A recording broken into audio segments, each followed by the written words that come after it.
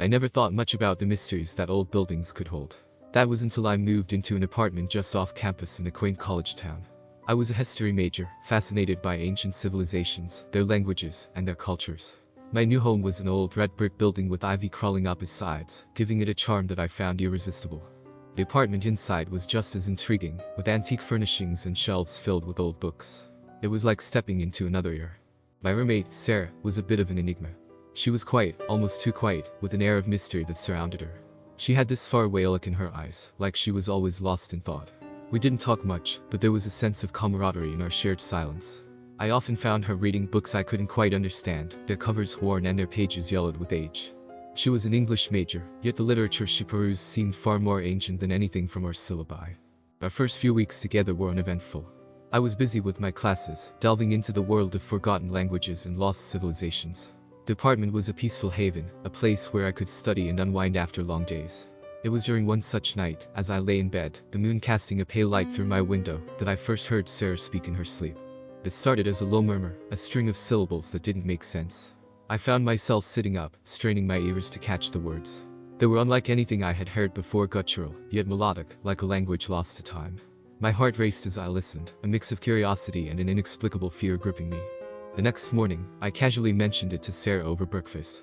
She laughed it off, a touch of embarrassment in her smile.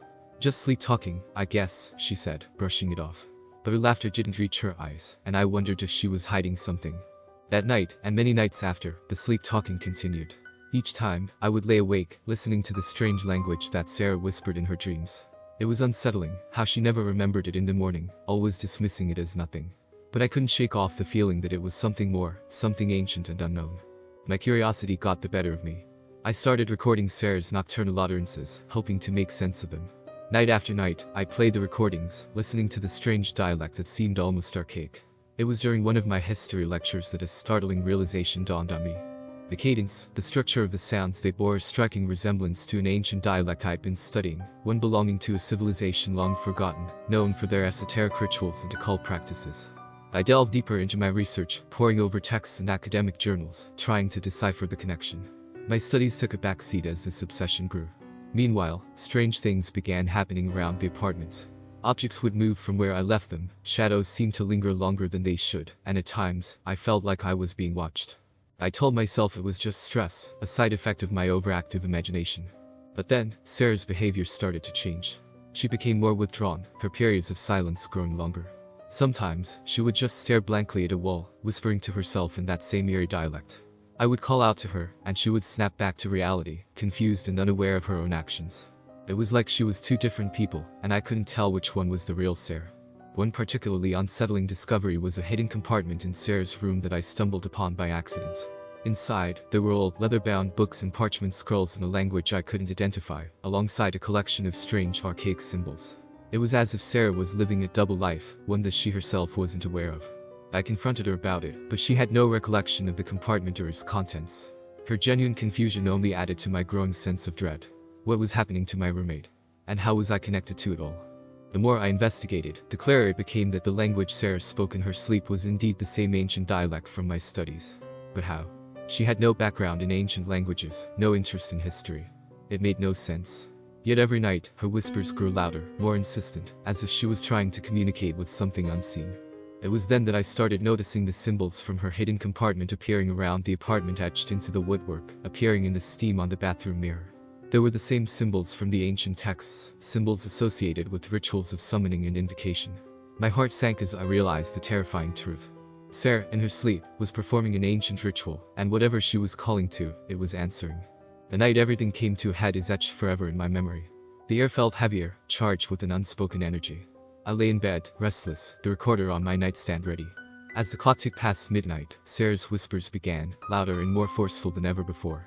I slipped out of bed and crept to her door, which was slightly ajar. Peering inside, I saw Sara sitting up in bed, her eyes closed, her hands moving in deliberate ritualistic gestures.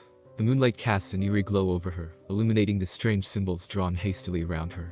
The air in the room was thick, almost suffocating. I could feel the hair on my neck stand up as a cold dread washed over me. As she chanted, the room seemed to warp and shift, shadows dancing along the walls, twisting into grotesque shapes. I wanted to run, to scream, but I was rooted to the spot, my body unwilling to respond. It was like a waking nightmare, with the boundaries between reality and the otherworldly blurring before my eyes. Then, with the final guttural shout from Sara, it happened. A gust of wind blew the door open, extinguishing the candles and plunging the room into darkness. A low, rumbling sound filled the air, growing louder, vibrating through the very walls of the apartment. From the darkness, a figure began to materialize, a swirling mass of shadows and whispers. I should have been scared, terrified even, but a strange resolve took over me. I couldn't let whatever was happening come to fruition. I lunged forward, grabbing Sara, shaking her violently in an attempt to wake her. Her eyes snapped open, but they were void of recognition, black pools staring back at me. The figure in the shadows grew more defined, a presence so malevolent that it was almost tangible. I could feel its hatred, its hunger. It was ancient, powerful, and it had been called here by Sara's unwitting indications. I didn't know what to do, but I knew we had to break the connection. With all the strength I could muster, I dragged Sara out of the room, her chants now turning into screams. The figure seemed to recoil, the shadows dissipating as we moved away. We collapsed in the living room, Sara finally coming to her senses, her eyes wide with fear and confusion. "What's happening?" she cried, her voice trembling. I had no answers, only the horrifying realization that we had unleashed something that should have remained forgotten. We had to find a way to send it back. In the days following the harrowing event, Sara's health rapidly deteriorated. She was plagued by feverish nightmares, her body weakening as if drained by an unseen force. Medical tests offered no answers, leaving us in a state of desperate uncertainty. I knew it was my responsibility to find a solution, to reverse whatever had been set in motion. I returned to the university, seeking help from my history professor, Dr. Adler, a renowned expert in ancient civilizations. With trepidation, I shared the recordings of Sara's sleep-talking and the events that had transpired. Dr. Adler listened intently, his expression growing graver with each passing moment. "This is far beyond anything I've encountered," he admitted, his voice laced with concern. "But I believe I can help you." Together, we pored over ancient texts and esoteric manuscripts, searching for a way to counteract the rituals Sara had unknowingly performed. The solution, we discovered, lay in an obscure ritualistic counter-invocation, designed to sever connections with entities from the ancient world. The preparation for the ritual was meticulous.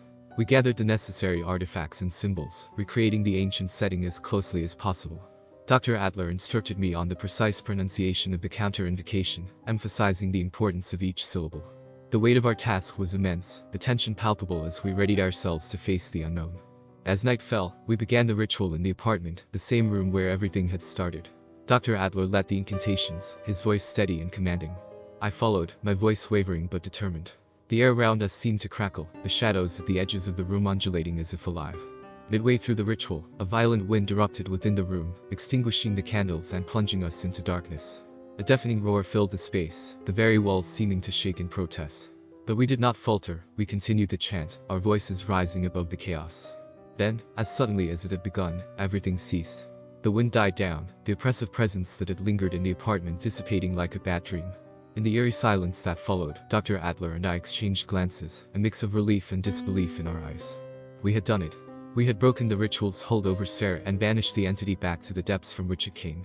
The sense of normalcy that returned to the apartment was almost surreal, a stark contrast to the nightmare we had endured. Sara gradually recovered, her strength returning with each passing day. She had no memory of the events, no understanding of the role she had. Yet, as life returned to its mundane rhythm, I couldn't shake off the feeling of unease that lingered. We had tampered with forces beyond our comprehension, forces that, despite our efforts, might not be so easily contained. The world of the ancient and the unknown had touched ours, and I feared it was only a matter of time before it reached out again. The world slowly returned to its normal pace, but the shadows of those events lingered in the corners of my mind. Sara, blissfully unaware of the darkness that had almost consumed her, returned to her usual self. But the experience had changed me. I was no longer just a student of history, I had lived it, felt its terrifying power firsthand. I continued my studies with a newfound respect for the ancient world and its mysteries. Yet, I couldn't help but feel a watchful presence, a reminder that some doors, once opened, can never be fully closed. The true resolution came unexpectedly, months later, as I walked through the university halls.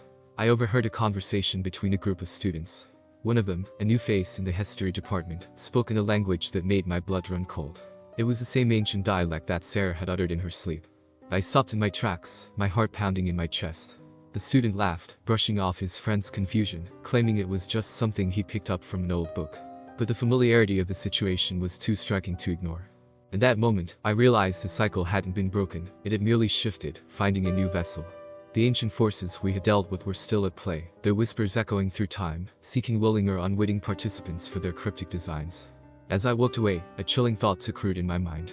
Our encounter with the ancient invocation was not an isolated incident, but part of a larger, unseen tapestry woven through the ages. The shadows of the past, it seemed, were never far behind, lurking in the depths of forgotten languages and lost civilizations. And somewhere, out there in the world, the ancient dialect continued to be spoken, carrying with it the echoes of a past that refused to be silenced. A past that could, at any moment, reach out to entangle the present in its enigmatic and terrifying embrace.